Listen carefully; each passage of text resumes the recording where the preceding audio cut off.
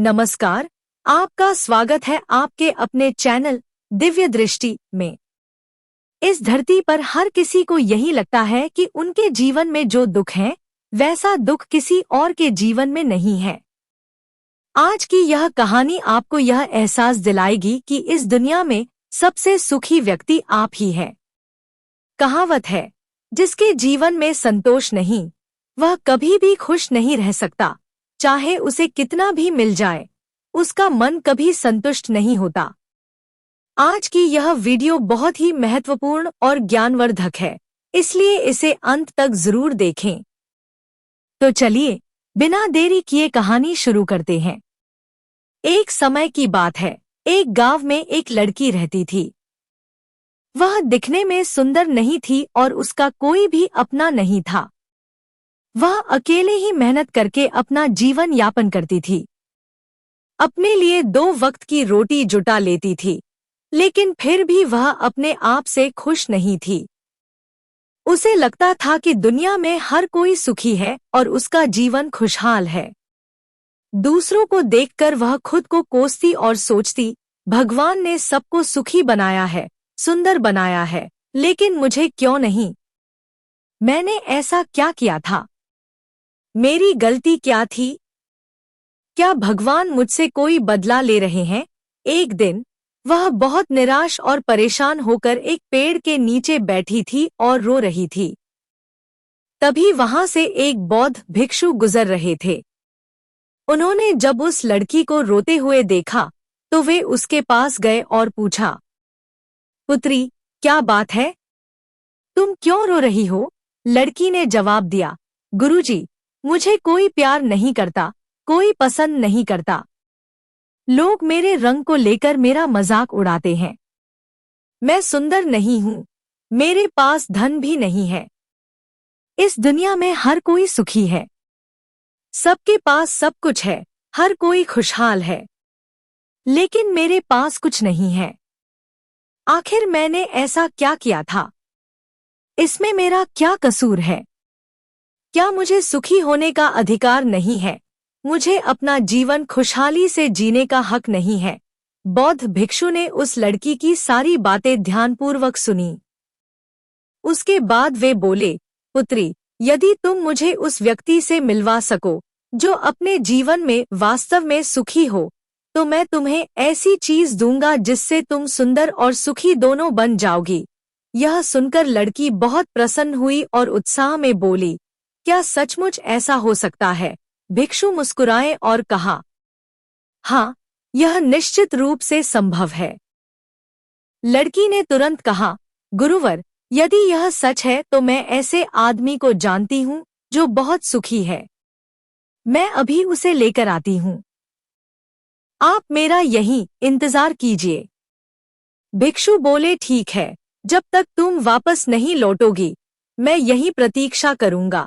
इतना सुनते ही वह लड़की भागते हुए अपने मालिक के पास पहुंची, जो एक किसान था। उसने उत्साहित होकर किसान से कहा, मालिक, आप मेरे साथ चलिए। मुझे एक बौद्ध भिक्षु मिले हैं, वे आपसे मिलना चाहते हैं।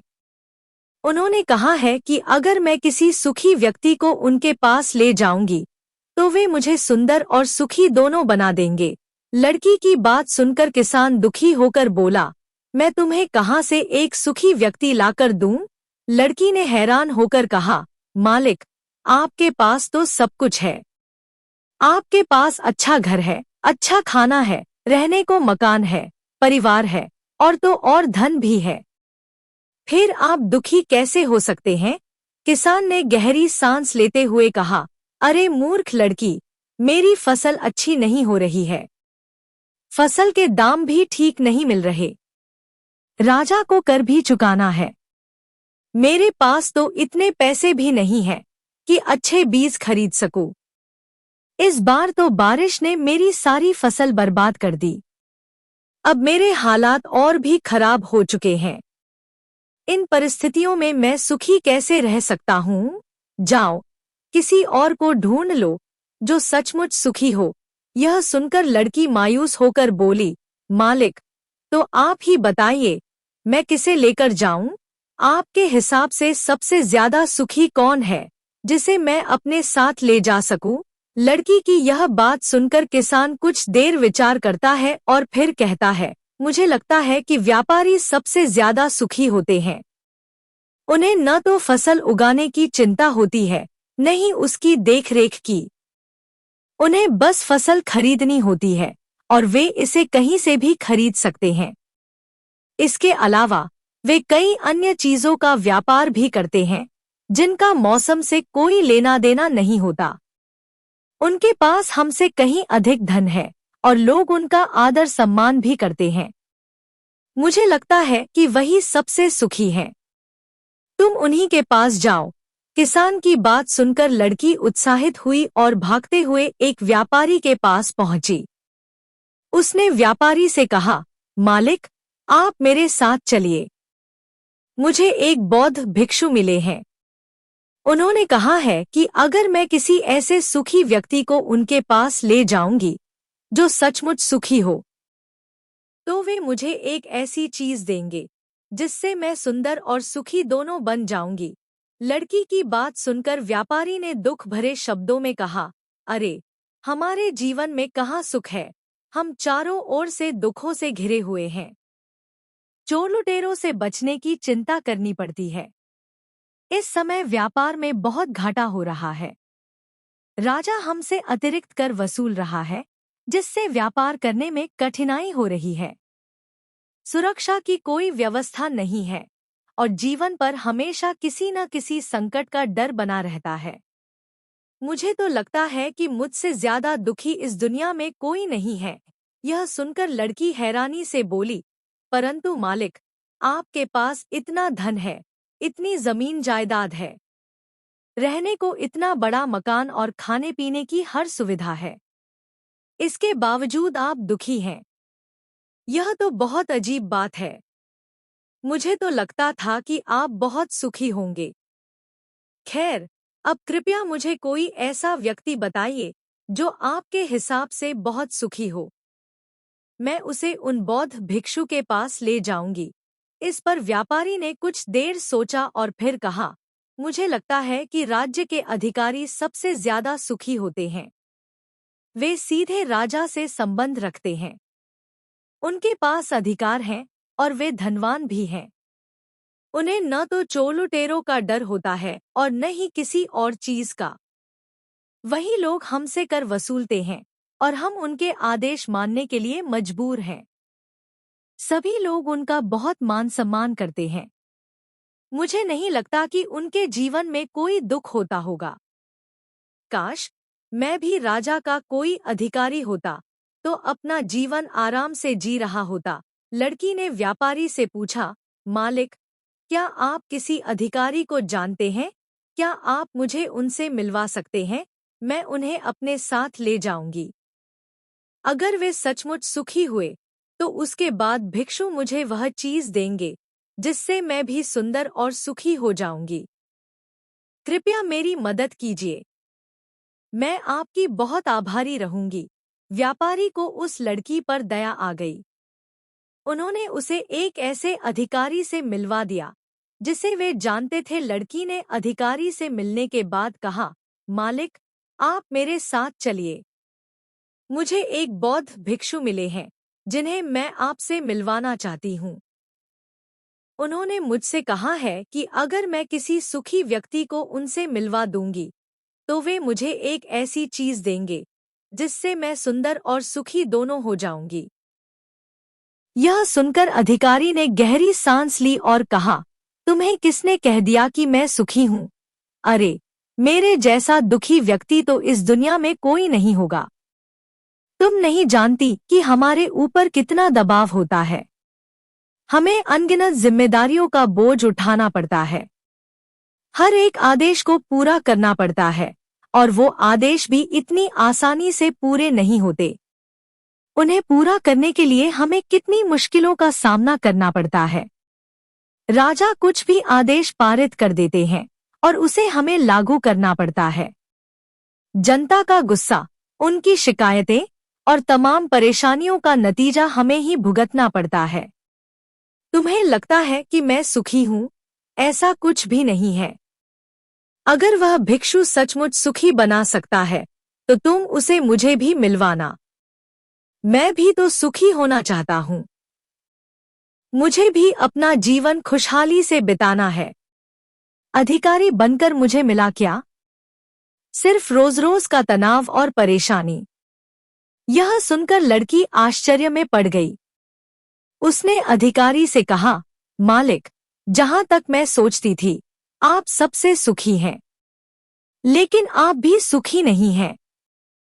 परंतु आपको क्या लगता है, इस दुनिया में कोई ऐसा व्यक्ति है जो सबसे सुखी हो? क्या आप मुझे बता सकते हैं? मैं आपकी बहुत आभारी रहूंगी। लड़की की सारी बातें सुनने के बाद अधिकारी को उस पर दया आ गई। उन्होंने कहा, देखो, मुझे तो ऐसा लगता है कि इस पूरे राज्य में केवल एक ही व्यक्ति सुखी है, और वह है इस राज्य का राजा। मुझे तो केवल वही सुखी लगते हैं। उन्हें किसी की सुननी नहीं पड़ती। वे नियम बनाते हैं, आदेश देते हैं, और उनकी सुरक्षा हमेशा पक्की रहती है। सब लोग उनके सामने झुकते हैं। उन्हें धन की कोई कमी नहीं है, न ही जमीन जायदाद की। उन्होंने सारी धरती जीत ली है। वे सबके मालिक हैं, और सबसे ऊंचे भी। मुझे यकीन है कि वही इस दुनिया के सबसे सुखी व्यक्ति हैं। काश मैं भी किसी राजा के घर में पैदा हुआ होता तो आज मैं भी बहुत सुखी होता। अधिकारी की यह बातें सुनकर लड़की ने झिझकते हुए अधिकारी से कहा, मालिक, मैं आपसे विनती करती हूँ, क्या आप मुझे राजा से एक बार मिलवा सकते हैं? कृपया मेरी मदद कीजिए। आपका बहुत एहसान होगा। मुझे बस एक बार राजा से बात करनी है, उनसे कुछ पूछना चाहती हूँ। लड़की की बातें सुनकर और उसका चेहरा देखकर अधिकारी को उस पर दया आ गई। उन्होंने कहा, ठीक है, मैं अभी राज दरबार जा रहा। तुम भी मेरे साथ चलो। वहां तुम राजा से जो भी पूछना चाहती हो, पूछ लेना। यह कहकर अधिकारी उस लड़की को अपने साथ राज दरबार ले गया। राज दरबार पहुंचने के बाद अधिकारी ने राजा से लड़की की बात सुनने की विनती की। राजा ने अधिकारी की विनती स्वीकार कर ली और लड़की को राज दरबार में बुलवाया। राजा ने लड़की से कहा, बेटी, निडर होकर अपनी बात कहो। तुम मुझसे क्या कहना चाहती हो? तुम्हें क्या पूछना है? लड़की थोड़ी घबराई और डरते हुए बोली, हे राजन, मैं एक संपूर्ण सुखी व्यक्ति की तलाश कर रही हूँ। मुझे एक बौद्ध भिक्षु मिले हैं। उन्होंने मुझसे कहा है कि यदि मैं किसी ऐसे व्यक्ति को उनसे मिलवा दूं जो पूरी तरह सुखी हो तो वे मुझे एक ऐसी चीज देंगे जिससे मैं सुंदर और सुखी दोनों बन जाऊंगी। कई लोगों से मिलने के बाद मुझे पता चला कि आप ही इस दुनिया के सबसे सुखी व्यक्ति हैं। तो क्या आप मेरे साथ उन भिक्षु से मिलने चलेंगे? आपका बड़ा एहसान होगा। राजा लड़की की बात ध्यान से सुनते रहे। फिर अचानक वे जोर से हंस पड़े और बोले, अच्छा, तो तुम्हें भी लगता है कि मैं इस दुनिया का सबसे सुखी व्यक्ति हूँ? लेकिन अगर कोई मुझसे पूछे कि इस दुनिया में सबसे दुखी व्यक्ति कौन है तो मैं यही कहूंगा कि वह मैं ही हूँ। तुम्हें लगता होगा कि राजा सुखी होते हैं, लेकिन मेरे पास न नींद है न आराम। मैं आराम से सो भी नहीं सकता। मेरे अंगरक्षक हमेशा मेरे चारों ओर रहते हैं। उनके बिना मैं अकेला कहीं जा नहीं सकता। जरा सी आहट होती है तो मेरी नींद टूट जाती है। डर हर समय लगा रहता है। मुझे नहीं पता कि मेरे दुश्मन मेरे घर के अंदर ही कौन कौन है। किसी को भी यह नहीं पता कि कब और कहां से कोई मुझ पर वार कर सकता है। यहाँ तक कि इस दरबार में मौजूद सभी लोग मेरे शत्रु हो सकते हैं। मैं हर किसी पर शक करता हूँ। इतने बड़े राज्य की जिम्मेदारी उठाना आसान नहीं है। तुम्हें लगता होगा कि राजा के पास ऐशो आराम, धन दौलत, जमीन जायदाद सब कुछ है। इस हिसाब से तो उन्हें सुखी होना चाहिए। लेकिन मैं तुम्हें बता दूं कि यह सब सुख नहीं देते। लड़की ने राजा की बात सुनकर कहा, हे राजन, क्षमा कीजिए, परंतु यदि सुख धन दौलत, जमीन जायदाद और ऐशो आराम से नहीं मिलता तो क्या हुआ? कम से कम सुंदरता तो सुख देती है। राजा ने मुस्कुराते हुए कहा, पुत्री, सुंदरता, मैंने देखा है कि जो लोग शक्ल से सुंदर होते हैं उनके मन अक्सर सुंदर नहीं होते। वे लोग तो एक मुखौटा लगाकर घूमते हैं, दिखाते हैं कि वे कितने सुंदर हैं, लेकिन समय वह सुंदरता छीन लेता है। सच्ची सुंदरता केवल मन में होती है, और जिसका मन सुंदर होता है वह हमेशा सुंदर रहता है। लड़की ने राजा से कहा, हे राजन, तो फिर आप ही बताइए, आपके हिसाब से इस दुनिया में सबसे सुंदर और सुखी कौन है? राजा ने मुस्कुराते हुए जवाब दिया, मेरे विचार से सबसे सुंदर और सुखी वही व्यक्ति है जो साधारण जीवन जीते हुए 2 वक्त की रोटी का प्रबंध कर सकता है, जो बिना किसी बंधन के, बिना किसी तंत्र के, स्वतंत्रता से किसी भी दिशा में घूम सकता है, जिसे किसी चीज के छिन जाने का डर न हो, किसी भी लूटपाट या धोखे का खौफ न हो, जिसे रात में चैन की नींद आती हो। अगर मुझसे पूछो तो सबसे ज्यादा सुखी वही है, और अगर मैं तुम्हें देखूं तो मुझे लगता है कि तुम सबसे सुखी हो। तुम्हारे पास चैन की नींद है, एक अच्छा मन है, सारी दिशाओं में जाने की स्वतंत्रता है। तुम्हारे जीवन में न कोई साजिश है, न षड्यंत्र, बस जीवन है, और वह भी खुला और मुक्त। मेरे हिसाब से तुम ही सबसे सुखी हो। राजा की ये बातें सुनकर लड़की एक पल के लिए सोच में पड़ गई। उसे अचानक यह एहसास हुआ कि वह खुद ही इस दुनिया में सबसे ज्यादा सुखी और सुंदर है। वह जैसी थी, अब उसे अपने होने पर गर्व होने लगा। दिन भर इधर-उधर भटकने के बाद आखिरकार वह अपने भीतर संतोष और मुस्कान के साथ बौद्ध भिक्षु के पास लौट आई। लड़की ने कहा, हे गुरुवर, जब मैं यहाँ से गई थी तो मुझे लगता था कि मैं सबसे दुखी हूँ और सबसे बदसूरत भी। लेकिन जैसे जैसे मैं लोगों से मिलती गई मुझे एहसास हुआ कि इस दुनिया में सबसे सुखी तो मैं ही हूँ। मैं किसी सुखी व्यक्ति को आपके पास नहीं ला सकी क्योंकि मुझे ऐसा लगता था कि सब मुझसे ज्यादा सुखी हैं। लेकिन बात तो उल्टी निकली। मुझे छोड़कर सभी दुखी हैं। हर किसी को किसी न किसी चीज का डर है, कुछ खोने का डर, कुछ पाने का डर या खुलकर जीने का डर। इस हिसाब से मेरे पास सब कुछ है। मैं खुशी से झूम सकती हूँ, जहाँ चाहूँ जा सकती हूँ।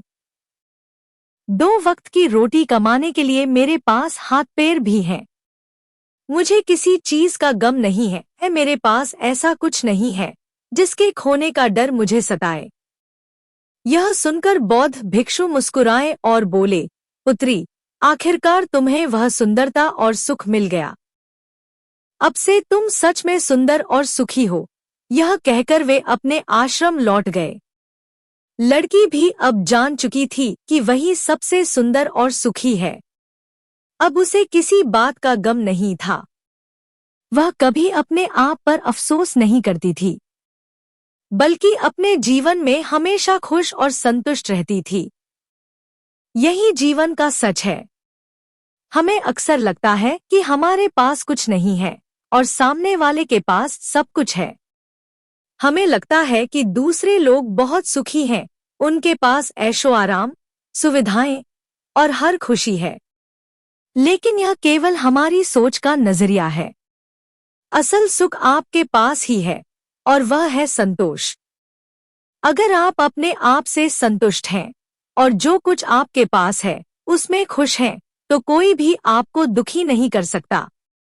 लेकिन हमारी सबसे बड़ी समस्या यही है कि हम खुद को नहीं, बल्कि दूसरों को ज्यादा देखते हैं। हम उनकी खुशी देखकर ईर्ष्या करने लगते हैं। हमें यह तकलीफ सताने लगती है कि उनके पास इतना सुख क्यों है और हम इतने दुखी क्यों हैं। असल में सच्चा सुख अपने भीतर संतोष और खुशी को महसूस करने में है। हम हमेशा दूसरों की ओर नजर गड़ाए रखते हैं। हमने कभी अपने पास यह देखने की कोशिश ही नहीं की कि हमारे पास क्या है। हमारा ध्यान हमेशा इस पर रहता है कि हमारे पास क्या नहीं है, और यही सोच हमें दुख और तकलीफ की ओर ले जाती है। ऐसी सोच के साथ आप चाहकर भी सुखी नहीं रह सकते, क्योंकि आपका नजरिया क्या नहीं है पर ही केंद्रित है। यदि आप इस तरह सोचें कि मेरे पास बहुत कुछ है, रहने के लिए एक अच्छा घर है, खाने के लिए अच्छा खाना है, पहनने के लिए अच्छे कपड़े हैं और 2 वक्त की रोटी का प्रबंध भी हो जाता है, तो क्या यह सब कुछ काफी नहीं है? बहुत से लोगों के पास तो यह भी नहीं होता। तो सोचिए, क्या आप सुखी नहीं हैं? क्या आपके पास वह सब नहीं है जो बहुत से लोगों के पास नहीं है? एक पल के लिए सोचकर देखिए। बहुत समय पहले की बात है। एक राजा था जिसके पास अपार धन दौलत थी। इतना कि अगर वह रोज उसे बांटे तो भी उसकी संपत्ति कभी खत्म नहीं होती। उस राजा ने अपने जन्मदिन पर एक भव्य महोत्सव रखा। उसमें राज्य के सभी लोगों को बुलाया गया। लोग राजा की प्रशंसा करते हुए कह रहे थे, ऐसा राजा न तो आज तक हुआ है और न ही कभी होगा। राजा यह सब सुनकर फूला नहीं समा रहा था। उसी भीड़ में से एक साधु ने राजा को टोकते हुए कहा, राजन, तुम्हारे पास कुछ भी नहीं है। तुम्हारे पास न तो सच्चा सुख है न ही संतोष। तुम गरीब हो, मुझसे भी ज्यादा। राजा को यह सुनकर क्रोध आ गया। उसने साधु को कैद में डाल दिया। अगले दिन जब साधु को दरबार में बुलाया गया तो राजा ने पूछा, तुमने ऐसा क्यों कहा? मेरे पास सब कुछ है, असीमित धन दौलत, ताकत और पूरा राज्य, फिर भी तुम मुझे गरीब कैसे कह सकते हो? साधु ने मुस्कुराते हुए कहा, राजन, तुम्हारे पास जो भी है वह बाहरी चीजें हैं, लेकिन तुम्हारे भीतर सच्चा सुख और संतोष नहीं है। तुम्हारी दौलत तुम्हारे भीतर के खालीपन को नहीं भर सकती। यही कारण है कि तुम मुझसे भी ज्यादा गरीब हो। राजा ने साधु की बातों को अनसुना करते हुए उसकी परीक्षा लेने का निश्चय किया। उसने साधु की झोपड़ी में हीरे और जवाहरात से भरे थैले रखवा दिए। जब साधु अपनी झोपड़ी में लौटा तो उसने वे थैले बाहर फेंक दिए। उसने कहा, किसने यह कूड़ाकचरा मेरी झोपड़ी में डाल दिया है? मुझे तो बस शांति चाहिए। राजा यह सब देखकर हैरान रह गया। इसके बाद उसने साधु को सुंदर युवतियों के साथ भटकाने की कोशिश की, लेकिन साधु ने उनसे कहा, हमारा मन साफ होना चाहिए, तन से कुछ नहीं होता। सच्चा सुख तभी मिलता है जब हमारा मन स्थिर और शांत हो। सभी लड़कियों ने एक एक करके उस फकीर का आशीर्वाद लिया और वहां से ऐसे चल पड़ी मानो अपने पिता से मिलकर घर लौट रही हों। राजा यह सब देख रहा था और उसे बड़ा आश्चर्य हुआ। वह सोच में पड़ गया कि आखिर इस फकीर को चाहिए क्या? इसने धन भी नहीं लिया, उन स्त्रियों को भोजन कराकर भेज दिया। फिर ऐसी कौन सी चीज है जो इस फकीर को खुश कर सकती है? काफी देर तक सोच विचार के बाद राजा के मन में एक नया विचार आया। उसने सोचा, एक ऐसी चीज है जिसके लिए लोग परेशान रहते हैं, जिसके लिए वे पूजा पाठ और यंत्र तक बनवाते हैं और जिसकी कल्पना में अपनी पूरी जिंदगी बिता देते हैं, लेकिन वह चीज सबके भाग्य में नहीं होती। यह विचार आते ही राजा उस फकीर की झोपड़ी में पहुंचा। फकीर ने राजा को देखा और मुस्कुराते हुए कहा, राजन, आइए, आपका स्वागत है। राजा ने कहा, मैं आज आपको एक ऐसा उपहार देने आया हूं जो हर किसी के भाग्य में नहीं होता। यह चीज पाने के लिए लोग लड़ते हैं, मरते हैं, लेकिन फिर भी सबको नहीं मिलती। राजा ने अपना मुकुट निकाला और फकीर के सिर पर रख दिया। बोला, आज से आप इस राज्य के राजा हैं। फकीर मुस्कुराया और कहा, राजन, आप खुद कितने कंगाल हैं। आपके पास ले देकर यही तो बचा है और आप इसे भी मुझे दे रहे हैं। अगर यह भी दे देंगे तो आपके पास क्या बचेगा? राजा को यह सुनकर गुस्सा आ गया। उसने कहा, तुम्हारे पास तो खुद कुछ नहीं है। मैं तुम्हें देने की कोशिश कर रहा हूँ और तुम मुझे कंगाल कह रहे हो। फकीर हंसते हुए बोला, राजन, जिसे आप परम सुख समझ रहे हैं वह परम दुख है। आपने जो जमीन, दौलत और ताकत जमा की है वह कभी किसी का नहीं हुआ। न आपका है न आपका रहेगा। आज आपके पास है, कल किसी और का होगा। यही चक्र चलता रहेगा। इसीलिए मैंने आपको कंगाल कहा। राजा ने झल्लाकर कहा, क्या तुम चाहते हो कि मैं तुम्हारी तरह गंदे कपड़े पहनूं, कटोरा लेकर भीख मांगता फिरूं? क्या तुम इसी को अमीरी कहते हो?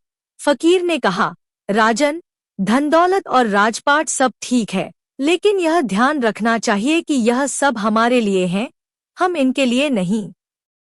जिस दिन हम इनके लिए जीने लगेंगे हमारा जीवन मकसदहीन हो जाएगा। फकीर की बातों ने राजा को सोचने पर मजबूर कर दिया। उसने फिर पूछा, तो आखिर मैं अमीर कैसे बन सकता हूँ? फकीर ने कहा, तुम्हारे पास जो भी है उसे सही उद्देश्य के लिए उपयोग करो। धन का मालिक बनो, लेकिन उसे अपना स्वामी मत बनने दो। अपने राज्य की प्रजा का ध्यान रखो। प्रजा को लूटकर अपनी संपत्ति मत बढ़ाओ। ऐसे काम करो कि लोग तुम्हारी तारीफ करें। यही तुम्हारी सच्ची कमाई होगी। भौतिक चीजों से अपने आप को मत जोड़ो। यह सब यही रह जाएगा। तुम्हारे साथ सिर्फ तुम्हारे कर्म जाएंगे। फकीर की बातें सुनकर राजा को समझ में आ गया। उसने फकीर को प्रणाम किया और अपने महल लौट आया। इसके बाद राजा ने फकीर के कहे अनुसार अपने राज्य का संचालन किया। उसने प्रजा के जीवन को बेहतर बनाया, बेवजह युद्ध और दंड देना बंद कर दिया। राजा ने अपने शासनकाल में ऐसी नीतियां बनाई जिससे प्रजा को कभी किसी के सामने हाथ न फैलाना पड़े। वह केवल आत्मरक्षा के लिए युद्ध करता। एक भयंकर युद्ध में राजा अपने एक सैनिक की जान बचाते हुए गंभीर रूप से घायल हो गया। अपनी अंतिम सांस लेते हुए राजा के चेहरे पर मुस्कान थी। उसने कहा, हे फकीर, तुम्हारा धन्यवाद। मैंने सच्चा धन कमा लिया।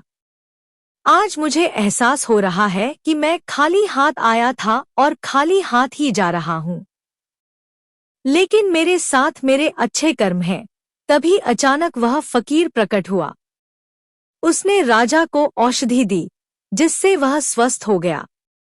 राजा खुशी खुशी फकीर से मिलने झोपड़ी गया, लेकिन वहां फकीर गायब था। यह कहानी हमें सिखाती है कि जीवन में धन और संपत्ति ही सब कुछ नहीं है। हमारे कर्म ही हमारी असली पूंजी है। यदि यह कहानी आपको प्रेरणा दे तो इसे दूसरों के साथ साझा करें। धन्यवाद।